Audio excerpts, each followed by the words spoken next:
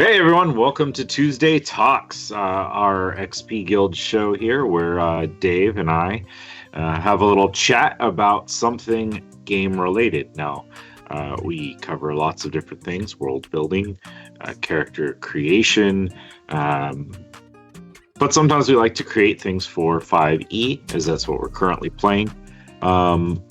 And they tend to be things specific to our world, but then are also broader and more usable outside of that. So today we talked a little bit about some things about playing or creating a class or subclass that had to do with, originally the thought was sky ship captain, since those are in my world heavily, also prevalent in Marozia, but we kind of decided we'd also expand that so it would be a little bit more all-encompassing, right?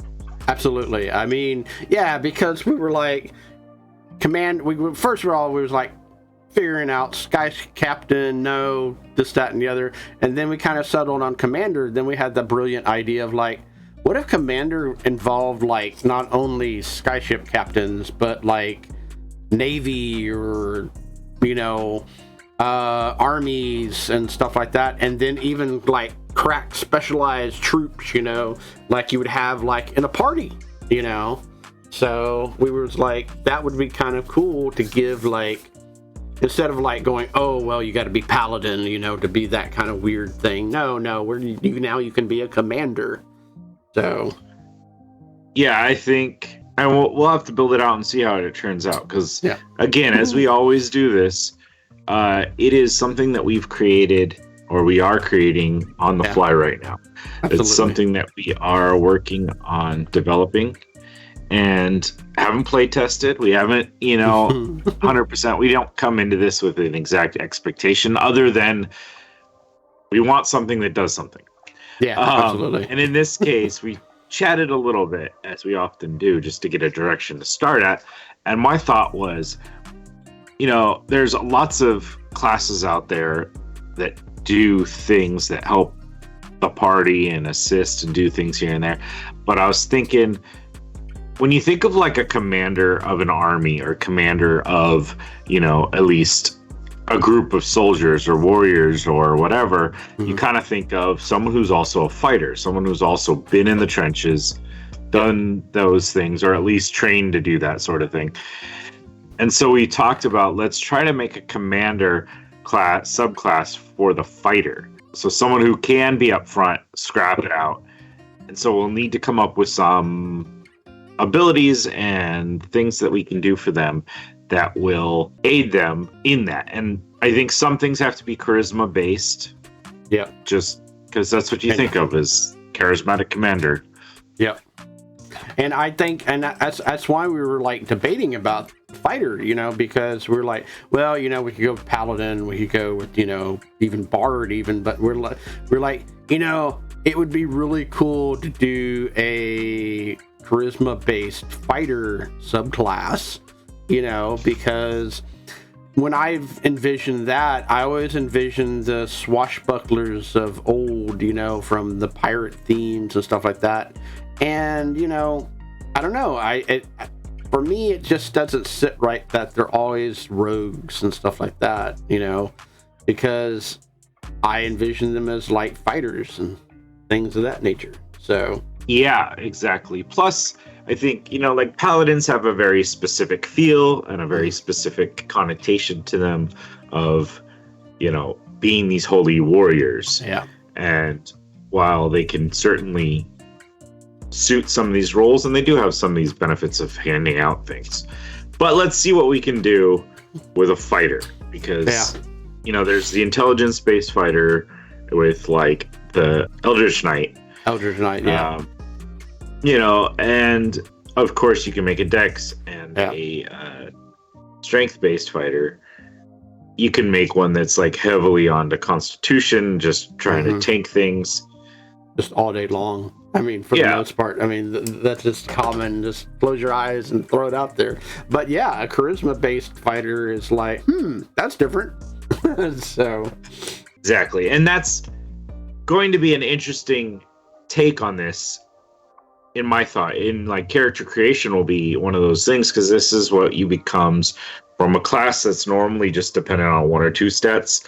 When you start adding in, and we'll have to see how heavily we delve into this, like whether it's they get bonuses based on their charisma or they get, you know, charisma modifier times per day things. We'll have to think about that. But when you get to the fact that you're now taking a class to focus on strength or dex and con, and now you add in another stat, like with the Eldritch Knight, it becomes this multiple ability score dependency that you really have to focus on and figure out the balance between great offensive skills and great subclass skill abilities. Yeah, absolutely.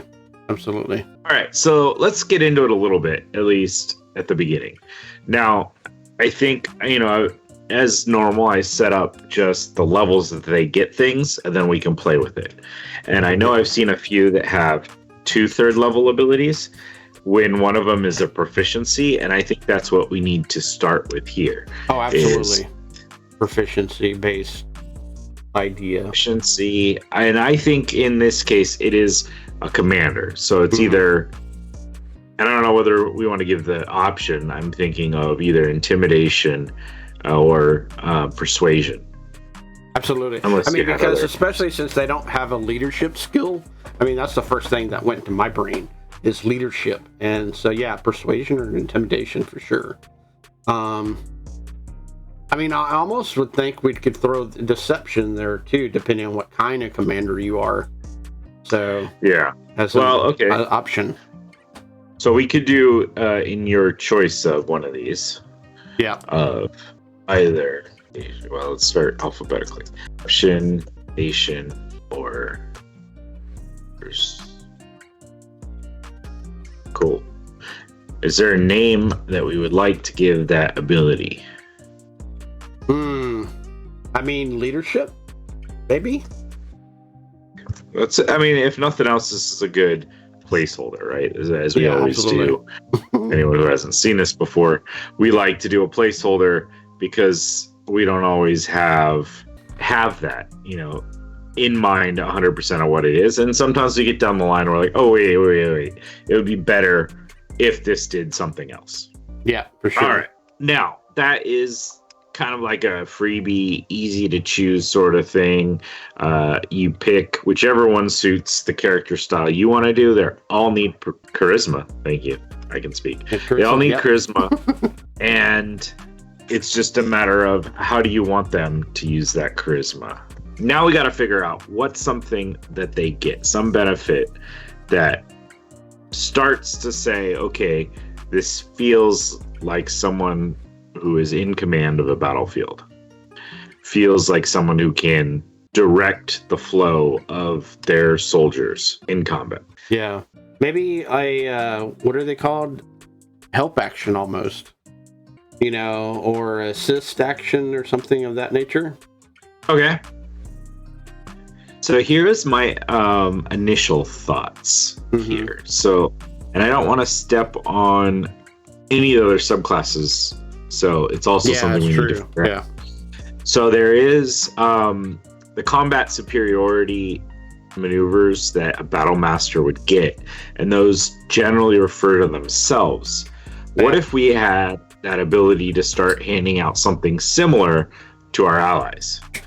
And we can call it, I immediately thought of the name of it, we can call it orders. So we're going to do orders. And so this is going to be more like you get some options. Now, I think I'd like to start already working in charisma here. Yeah. So I had a few ideas of whether I think you should get a certain number of orders per short rest, maybe based on your charisma modifier.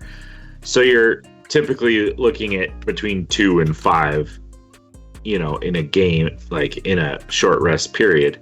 The other thought was possibly like when you give this order, they can add your charisma modifier to their like attack or speed thing. But I'm thinking limiting it charisma modifier number times per day.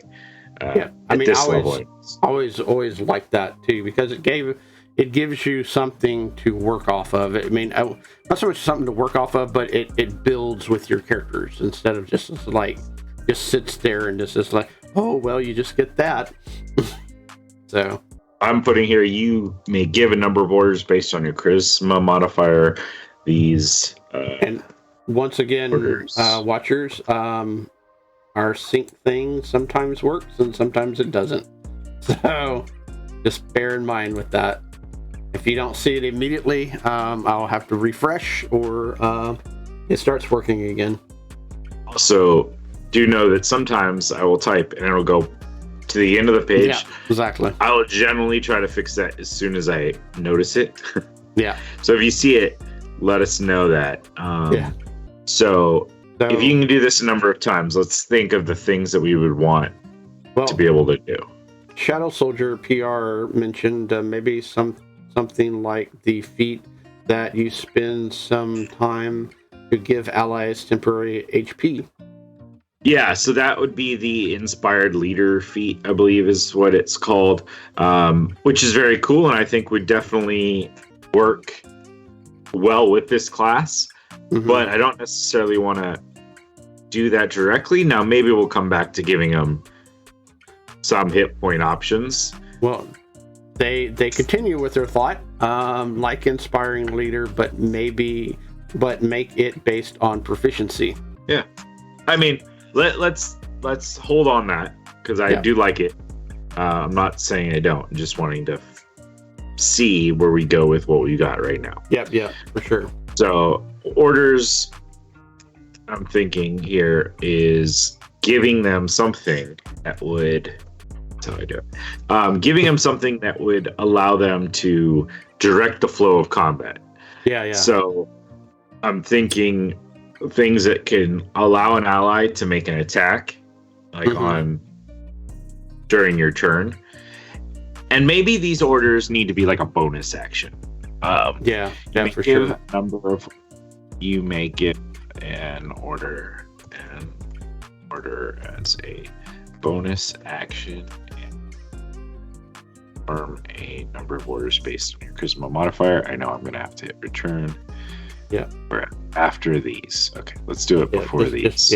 Just move that sentence down. All right. Awesome. I'll let you get the next thought in Watcher's panel. Let's see. Oh, yeah, the 4E Warlord class, man. 4E. I totally forgot about that. That's a good call. So we had Edwin Sue in chat jumped in with the flashbacks to the 4E Warlord class. Go ahead, because I am looking that up really quick just to see. Shadow Soldier PR mentions also, if you want to put a different spin on it, instead of a reaction to have someone attack, make it an action, and 2 allies can attack, or make it the ally attacks and gets advantage. Okay. Lots of good stuff. Thank y'all, watchers. We are presently looking up those rules now. Yeah, I'm trying to find, let's see. Those are different. It's a little tough just because some of those were, you get to spend certain resources to do them. They're like almost like spell cards. Actually, make an attack. Yeah, so this one allows an ally to make an attack, which is kind of already where we're at. Ally can either make basic attack or take a move action. When an ally spends an action point, that ally gains a bonus to all defenses equal to your wisdom modifier. Okay, the bonus to defenses is cool. I mean, they're all cool, but jeez. Whether or not, I mean, all generally kind of around the areas that I was thinking of. So if the first one is probably to make an attack roll outside of their turn, so maybe.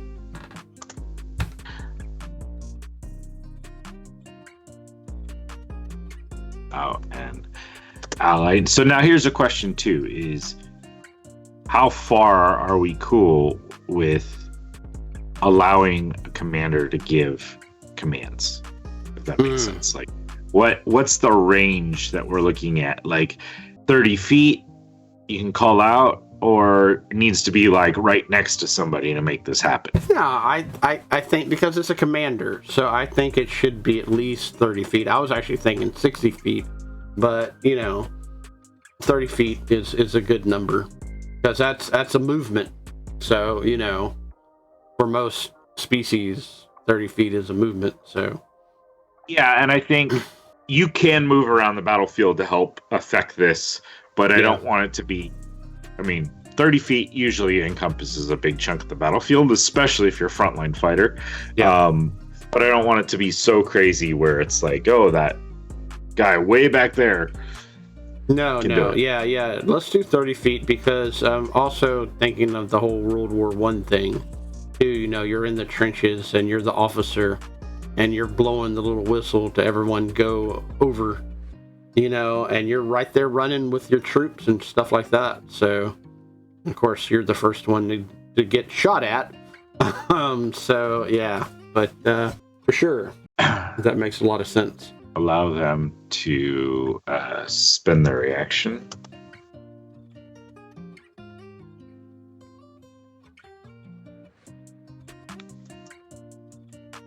So you can call out an ally within 30 feet and allow them to spend their reaction to make one weapon attack at an enemy within their range. Yep. That sound pretty feasible, not too crazy.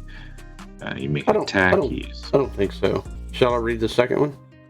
Yeah, go for it. Okay. Edwin Sue says, coordinated offensive.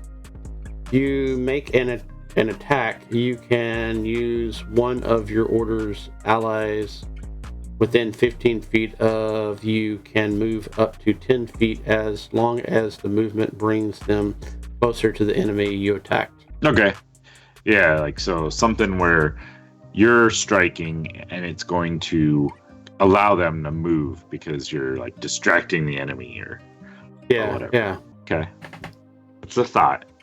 Yeah. Let's hold on to it. I like that adding in that you have to have attacked. Yeah. To that particular one.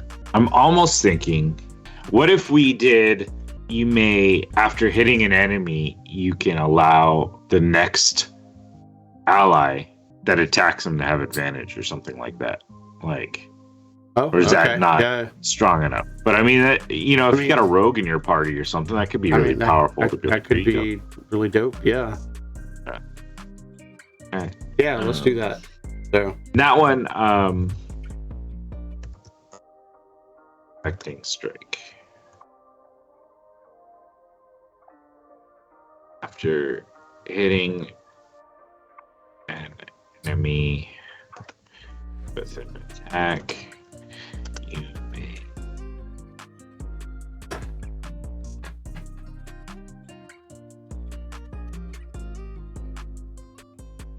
next ally. Let's just do this. That attacks the target.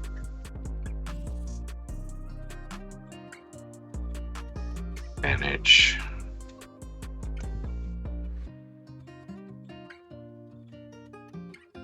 Now, the benefit of this one too is that if you're a wizard or something, you still can get it because it's an attack roll.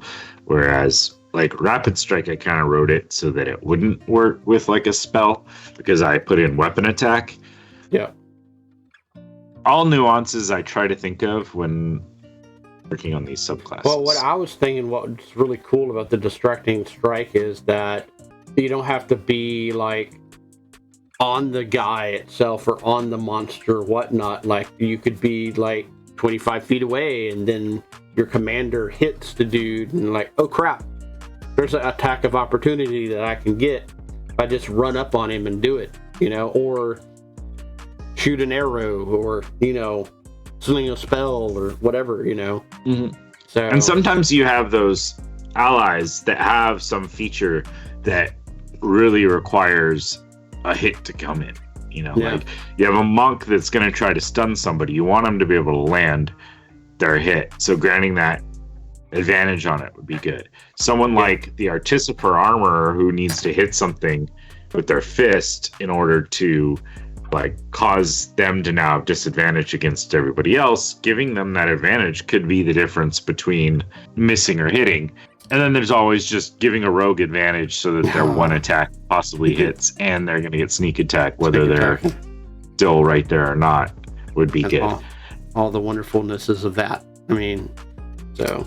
Yeah, so the Edwin Sue here has another one. Let's see. Paint the bullseye. You point out an enemy within 30 feet, allies within 30 feet.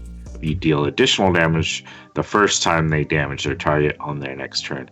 The extra damage is equal to their proficiency bonus, to your proficiency bonus. Cool. Generally like this. There's a couple things I would change, but let's use this in general. Yeah. So let's put that, just because I don't want to straight steal everyone's ideas.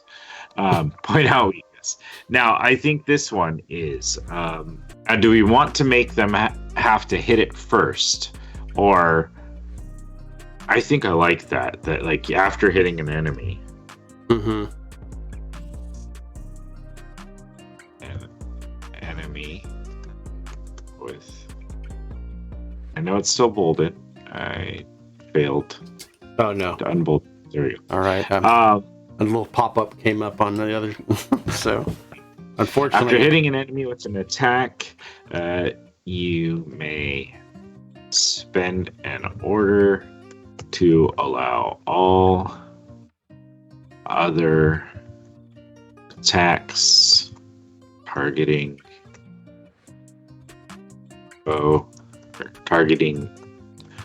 the enemy you hit deal additional damage equal to your charisma. Yeah. To the enemy till the start of your next turn. So here you go. You hit an enemy, you expend an order. All your allies now can deal an extra amount of damage equal to your charisma modifier to that target till you go again. Yeah. So it doesn't affect you ever, really, because it's all your allies. And I'm trying to generally do that in this, because the battle master's me. You know, the commander is you. Like, let's let everybody else do something cool. And it's that cumulative add up. And I wanted to work back in the charisma modifier here, because I definitely want that to be a thing. Like, and so it's not the end of the world. If it's 2 points, that's still 2 points per ally shooting it or striking that target. Yeah, absolutely. And I didn't say weapon attack, so I think this would work too if like a wizard specifically targeted the enemy with a strike. Like, I'm gonna attack that with this. Now, things like magic missile, this gets a little broken, so that might be something to consider, because they're technically separate shots into them. So dealing an extra 2 damage per magic missile could, even at high levels, be good. But you know, maybe that's definitely worth it to keep it that way, right? I think so, because I mean, this is definitely a party subclass. This is not a solo thing, you know, and this is definitely teamwork and work together as a whole. So I'll let you get the next one. All right. So Edwin Sue mentioned he likes the proficiency bonus as it scales better than ability score mods usually do. Totally does.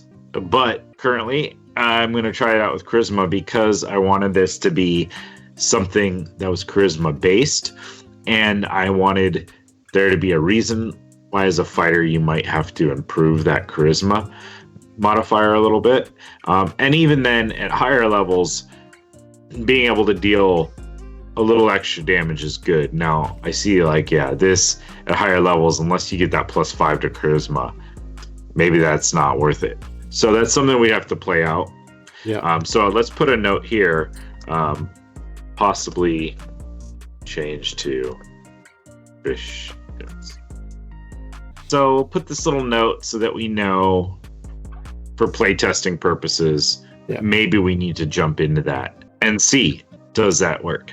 Now, I do like the idea of movement options. I don't know if I want to tie it to, like, I hit you and everybody can move a little bit closer, but maybe I'm almost thinking, what if you forgo your own movement, Yeah.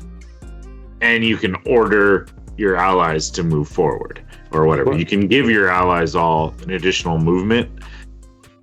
I don't know. I'm torn on that. either that or they can use their bonus action to dash.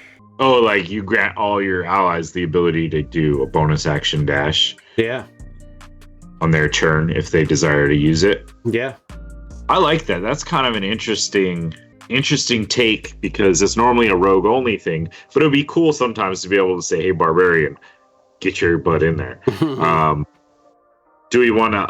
I'd say, yeah, let's give it to all the allies within the 30 feet. So let's call this dash or relocate. Relocate. Do that. AKA move your ass. Yeah. Well, that's kind of what I was thinking of is those like war movies with the grizzled sergeant. Get your ass in there. But I couldn't write that down there. But no, relocate is a simplified version of that. So Encourage your allies to get to a better position rapidly. As all allies within 30 feet of you may use a bonus action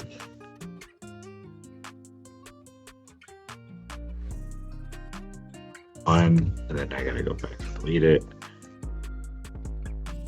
And so I did it anyways.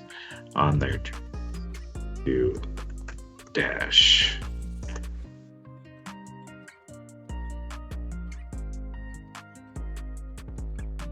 Cool. So just a simple. Here you go. Bonus action. You can move your movement again. Yeah. So Edwin Sue asked whether we'd have it use a reaction. I thought about that. That would move during other people's turns. I kind of like the idea of Dave had that idea to make it a bonus action on their turn. So it's not going to affect your rogues in your party that much, but it would affect anything else because you're granting that even a monk who can do it using a key point will now get that ability to do it without having to spend that. So I like that option where it's like you don't have to waste your reaction to move. In fact, I'm calling this out, and then on your turn, it's your job to execute my orders. Again, this would be something to play test out. Yeah. So we could put that down here, possibly as a reaction. Question mark. Just put it there. I just like that it's a different mechanic thing. Are there anything else in particular we're thinking that we would want a commander do at third level? Because there's other things, of course, that we want them to be able to do at higher levels. But is there anything else we're thinking that we're not already doing here in order, or are we good? We've got 4 currently. I mean, 4's good. I mean, we could go kind of what I was 5, thinking. but I think 4. Because we've got 2 strikes, 1. The only other thing is maybe a defensive one. Oh yeah. Because I did see that the 4E one had one, and I like that. And let's add that in. Edwin Sue was right on our wavelength. As they say, hold the line. Allies within 30 feet who do not move on their next turn get a +2 AC and cannot be affected by forced movement until the stat of their next turn. So mostly yes. So here's the only thing I think we're going to tie that bonus to your charisma modifier. Yeah. Absolutely. So whereas before you didn't like that charisma modifier thing, here it will come in handy because it could be more than 2. I mean, it could be 1, it could be 2, but it could easily be 3, 4, or 5. Yeah, and at higher levels, nuts. That's going to be super crazy. Yeah. And awesome. So hold the line. So I forgot the exact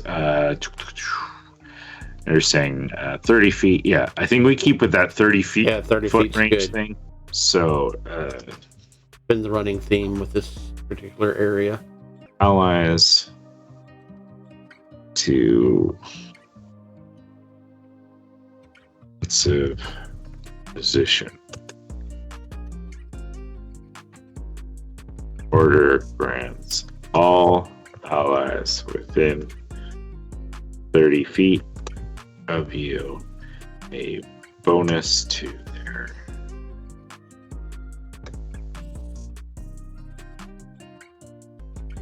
your proficiency charisma modifier until start of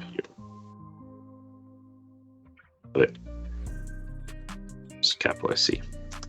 Cool. And that I think is really good. We got third level. You give him some defense, you give him some offense, you give him some movement. All in all, that feels like someone giving the commands on a battlefield to me. Yeah, for sure. All right. 7th level, I'd like to address morale. Oh, yeah. Now, I haven't fully figured out how I want to do it, but I'm almost thinking...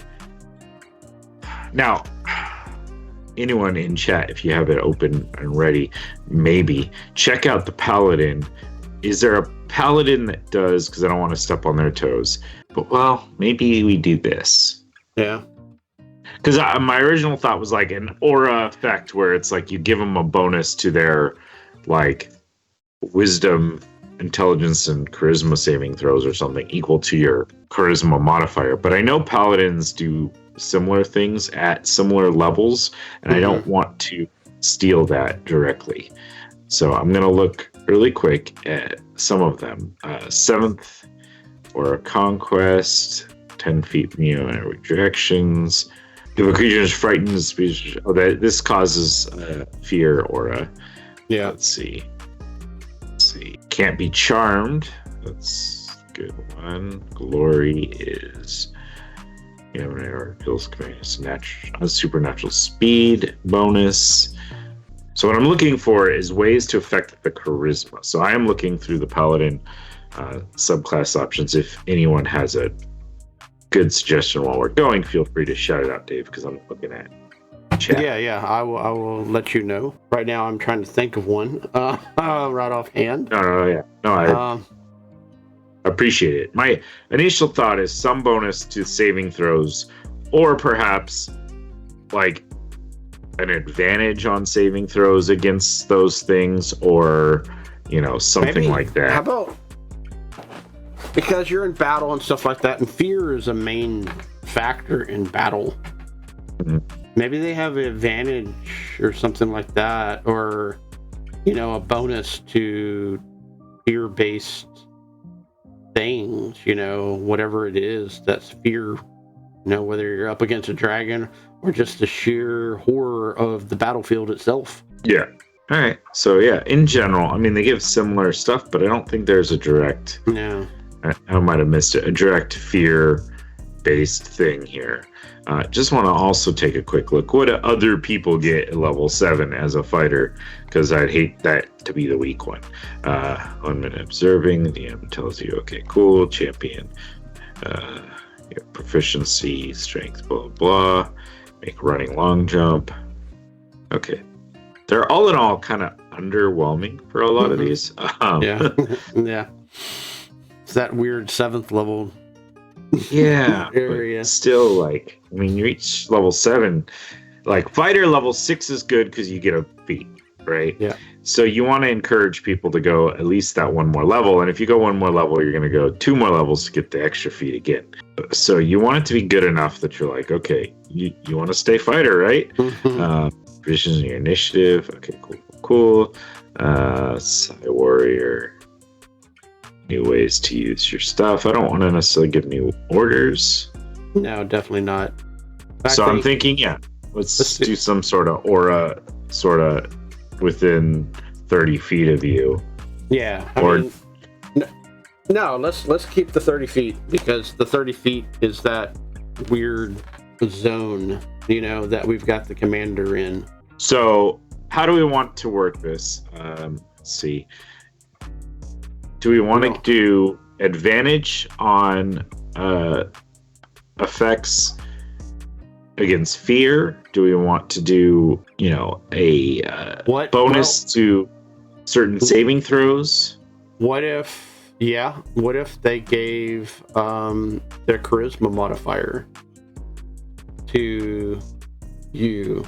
Yeah, that's kind of what I was thinking, is that charisma modifier towards certain saves. Just again, to influence that it makes you a semi-paladin-esque thing, but without necessarily being it. Let's see, where is Frightful Presence for this is adult bronze dragon I pulled up. Okay. Each creature of your choice that is within 120 feet of the dragon must make a DC 17 wisdom saving throw or become frightened for 1 minute. Okay. So we want to do add allies within 30 feet of you, add your charisma modifier to their wisdom saving throws. Absolutely. Yeah, okay. Like you are projecting yourself onto your troops, thus your charisma is projecting onto your troops to get that modifier to overcome the fear of this bronze dragon. To their wisdom. And we'll just give it to all wisdom saving throws, because I don't want to necessarily make it like, at least in my head, just against being frightened. No, because that seems almost too niche and may never get used. Never get used. Yeah, that makes sense. But yeah, absolutely. As a 7th level, you're like, you got to get something. It'd be different if it was 3rd. But yeah. All right. So far, that's about all I kind of came into this subclass with a preconception for. So let's see what we come up with for 10 and on. Flows to use bolster resistance. Okay, so Psy Warrior, you get resistance to psychic damage. Moreover, if you start your turn charmed or frightened, you can expend a psionic energy die and end every effect on yourself. Okay, that's cool. So here's the thing with the 10th level, I'm thinking, because I'm having flashbacks of older editions. Yeah. And that, when you got to 10th level, that's when you started commanding troops and stuff like that. When you started, gathering, war machines and whatever else. And maybe we should do something like that. Like your command branch broadens, Maybe so you're saying it does. Sorry, repeat that again. My brain did not draw that in 100%. It's all right. Older editions, 10th level is when you started, getting a castle. When you started, commanding troops and war machines and all kinds of stuff like that. And maybe we, instead of the 30 feet that we've got it at, maybe it goes up to 60 feet or something like that. And, you affect more people, but maybe it's a lesser thing, instead of a +3, now it's a +1. But that command broadens because now it's, instead of 30 feet, it's 60 feet or however big it is, so on and so forth. So, okay. I mean, I like the. We could just extend the range of all these abilities to 60 feet and call that a day. Because I'm looking at some of these, it's like. This Eldritch Strike on this one's good, is that you get to undercut a creature's resistance, so it gives disadvantage on saving throws and makes against a spell you cast before the end of your next turn. But you're an Eldritch Knight, so it's not super crazy. Shadow Martyr, you make your Echo throw itself in front of an attack. Echo can take damage for the Echo Knight. So they're not super crazy at 10th level, honestly. Yeah. Okay. Which I think the 60 foot is good. It's you're just better at doing what you already do. Mm-hmm. I think that's cool. I was just looking through what other people got, so that we're all right, 10th level additional fighting style. Half the time, that's who cares. These creatures provoke an opportunity attack from you when they move 5 feet or more while you're within reach and hit a creature with an opportunity. Yeah, that's cool if you were built that way. All right. So do you go ahead and get the chat? Yeah, let's take a look at that. When you use a second wind, you can have an ally within 30 feet and earn the hit point instead of yourself. If you give the healing to an ally, they gain an additional number of hit points equal to your charisma modifier. That's kind of cool, too. Mm-hmm. Would we rather that or extended range? I kind of like Maybe. this. Yeah. So, well, the 60 feet, I think, because it goes a bigger, broader, area. Maybe we should make that 15th level. Or, Mm-hmm. and maybe that, but maybe instead of you tying it to your second wind, maybe whenever you give an order, the allies that you're giving the order to get like temporary hit points equal to your charisma modifier. Oh, that'd be dope. Yeah. So some of these are just one person. Some of them's anybody who are within the range. So those would be really good for everybody, but not necessarily, I think too crazy. Yeah, absolutely. And you said 10th level is kind of underwhelming anyway, once again, throughout the, areas. So that would be, pretty good for, whichever one works the best for that area. Yeah, I don't. Well, I think, let's do it because that's still in the 30 feet range. And then at 15th level, we broadened that. Yeah, let's see what they give in other class options, right? Like, I want to try to keep them aligned. At 15th level, you're getting pretty high up there. So we'll see how we want that to feel. But allies you give an order to also gain temporary hit points to your. So cool, yeah. It's a little bit of extra air quotes healing or preventative damage that you're handing out, and it's like 2, probably 2 to 5 by this level. Now the cool thing about Fighter 2 is there's lots of feats you can give that can help you, but you could also just take lots of ability score increases by this point and probably get that charisma modifier up to something if that's the way you want to play this character. Absolutely. So this could be small, but like when you give an order to bolster the defenses and everybody on your team's getting 5 extra hit points, it could be something. We'll go with that for now. I mean, the other one's definitely the one that Edwin Sue with the second wind to allow an ally to regain the hit points instead and get additional number of hit points equal to your charisma modifier. That could be a big heal, and it could bring someone up. These, I don't think temporary hit points are going to bring up an enemy or an ally from the ground, but it might be the little extra defense that helps. And you're giving, during a combat, you can give, 2 to 5 orders, which can give, probably at least 2 to, what, 5 times 5 would be 22 to 25 plus all that bonuses. It could be good. It could be good. We'll see. All right, let's look at a 15th level. This one is Relentless, starting 15th. When you roll initiative and have no superior drawers, you gain superiority die. So that could be something. You regain the ability to use a certain number of bonuses or a certain number of orders if you've already used them all. Let's see. You can run down your foes whenever you're mounted or not. You move at least 10 feet in a straight line before attacking. You can knock someone prone. Okay.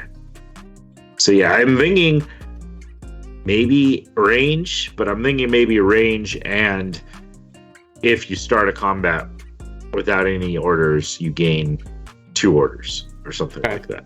So like if it's one of those battle days that you're just hunkered down and have to getting beat up and you just go on fight after fight without actually getting a short rest, you can kind of bolster yourself for that battle. So battlefield.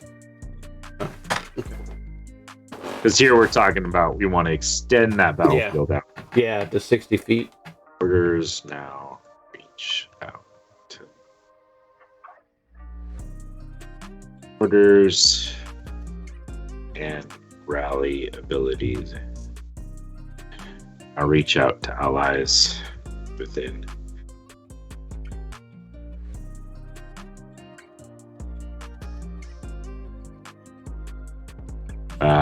In addition, in a battle with no orders, you use of 2 of those. That's brutal. Yeah. What? Because if you think about it, like your barbarian 60 feet away, and you use that ability to allow him to take the dash action as a bonus action, that barbarian's up on their foe like stink on poo, stink on shit, so. Yeah. And he's still got an action or a couple actions to go. Yeah, I do like the fact that we're making our allies use their bonus actions. So there's a lot of classes that are like, oh man, I really like my bonus actions. Mm-hmm. But there's many classes that don't, so it can definitely give a benefit. It doesn't. It's not necessarily too broken. Yeah, and the sucky. I felt, it sucks that you're like, okay, I'm a barbarian. I'm gonna use my action to dash. I'm up in your face now. I can't do shit. Yeah. So this is like, holy crap, I can do something now. And so. Well, and it for sure gives that feel of you're a battlefield commander, and you're able to call in the resources where you need them. Yeah, absolutely. Absolutely. So I'm just double checking some of these 18th level keystone abilities. Yes. Because that's an important one, right? Yeah. The final draw and it all. Right, so this one's critical hit, allows extra effects to happen. One's regaining hit points every round, so that's pretty crazy. You move a creature and objects from your mind. You can use telekinesis spell, no components. So some of these are pretty good. Let's see, Bulwark. This one, starting you shoot 2 allies within. If you action surge, you can choose one creature 6 feet as ally. The creature can make 1 melee or ranged attack, so you can do 2 at that level. Rune Knight at 18th level gets Runic Juggernaut. You learn how to amplify your rune power transformation. Extra damage you deal with Giant's Might increases. Okay. Your size reach increases by 5 feet. All right. Strength before death. Starting 18th, your fighting spirit can delay the grasp of death if you take damage. All right. What are we thinking, man? This 18th one is hard. They're pretty good, and they should be your 18th level. How do we want to do that? Prove your war magic. Extra attacks. Well, from our watchers in chat, Edwin Sue says maybe for 18th level, Guileful Switch use at the start of your turn before taking any actions. Effect. You and one ally you can see within 30 feet switch places in the initiative order. You turn ends. The ally takes his or her next turn immediately, even if he or she has already acted during this round. You then act when your ally would have acted. That is very involved. It is very involved. I was like, maybe Bill should read it, but no, it's my turn to read. So it was yours. Switching an initiative order is good. Yeah, but I do like I do think a lot of these seem really powerful, like Survivor, which is the champion ability.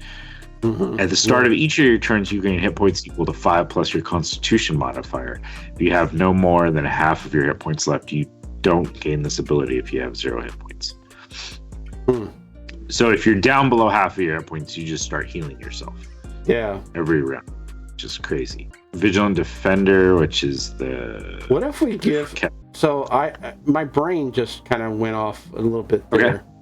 Okay. What if we give almost like a power surge to the ones in his, aura, to keep on fighting, and maybe it's like suddenly everybody within 60 feet suddenly gets temporary hit points or something like that, no matter what, how low they are. And so they can just spring up and you know, like I'm down to 1 hit point, but I'm like, but then this, whatever we want to call it, you know, suddenly you get X amount of hit points from your commander to keep on fighting, you know. Yeah, no, like this option of like some sort of mass heal, maybe. Now, temporary hit points, I don't think pop someone up from death. No. You're not you're not a necromancer, but it's just something that, you know, you're on the brink of. The question would be is, do we want to just outright give a heal, like heal too much? Yeah, like this. Yeah. I'm just trying to figure out, like, I like the idea of, because we're already giving out temporary hit points for casting orders on people, right? Okay. Cool. And part of me is wondering whether that should have been higher anyways, but and maybe that's what 18th level is a boost to how many temporary hit points you're handing out. I think so. Yeah, I think it should be like a lot, you know, because you're like, you know, inspiring them to like keep on fighting no matter what. And it's like, you know, drinking a bunch of, you know, caffeine or whatever, you know, shooting up, you know, this, that, and the other, and just going to battle going, blah, you know, yeah, you know, revolution. So, you know. All right, so I think we're keeping the charisma modifier thing. Yep. I'm thinking we should do some sort of, let's see, if you're level 18, I guess that's another way you could do it, is equal your level, but that's 18. What if we did it like 3 times your charisma modifier now? Absolutely. So you're getting, you know, up to 15 or whatever if you have a plus 5 of your charisma temporary hit points to allies, and that could be to a bunch of allies. Yeah, well, I mean, or do we want to higher than that even? Do we want to make it 4 times or 5 times? Let's do 5 times. All right, let's do it. Because, I mean, because they're temporary, you know, there are 5 times up to your max hit points, basically. So. Well, it's temporary, so. Yeah. Never mind. Goes over and above. My brain. And you're looking at max of 25 per. Yeah, that's true. Person per order, so that makes these defensive thing. If you're handing 25 hit points to all of your allies, now granted, it doesn't hit you, but if you're giving 3 other party members 25 hit points, 75 hit points, you basically just save the party. Yeah, that's true. Yeah. So I like it. Central death. So I love it. I think that is a good commander base right there. Yeah, and does that still? That's still within the 60 feet, right? Or are we doing 30? I think 60. Oh, we upped 60. So I think we should do 18th 60 as well, right? Well, it's any orders, so that's already been boosted here. Oh, okay, yeah. 15th level. Awesome. Your orders and rally ability now go out to 60 feet. So it's just anytime you give an order. Yeah. So allies you give an order to. Which I love this because everything kind of ties back to these initial orders that you give early on. We didn't give extra orders, but we give extra benefit to those orders and an extra, area effect thing essentially. Cool. So that's how these things go, guys. This is our commander subclass. I always want to play these right after making them. I swear, it's like, man. Yeah. Just remember, you can do a mouse-skin commander. So. Yeah, mouse-skin commander. Thank you for watching, and stay tuned for more.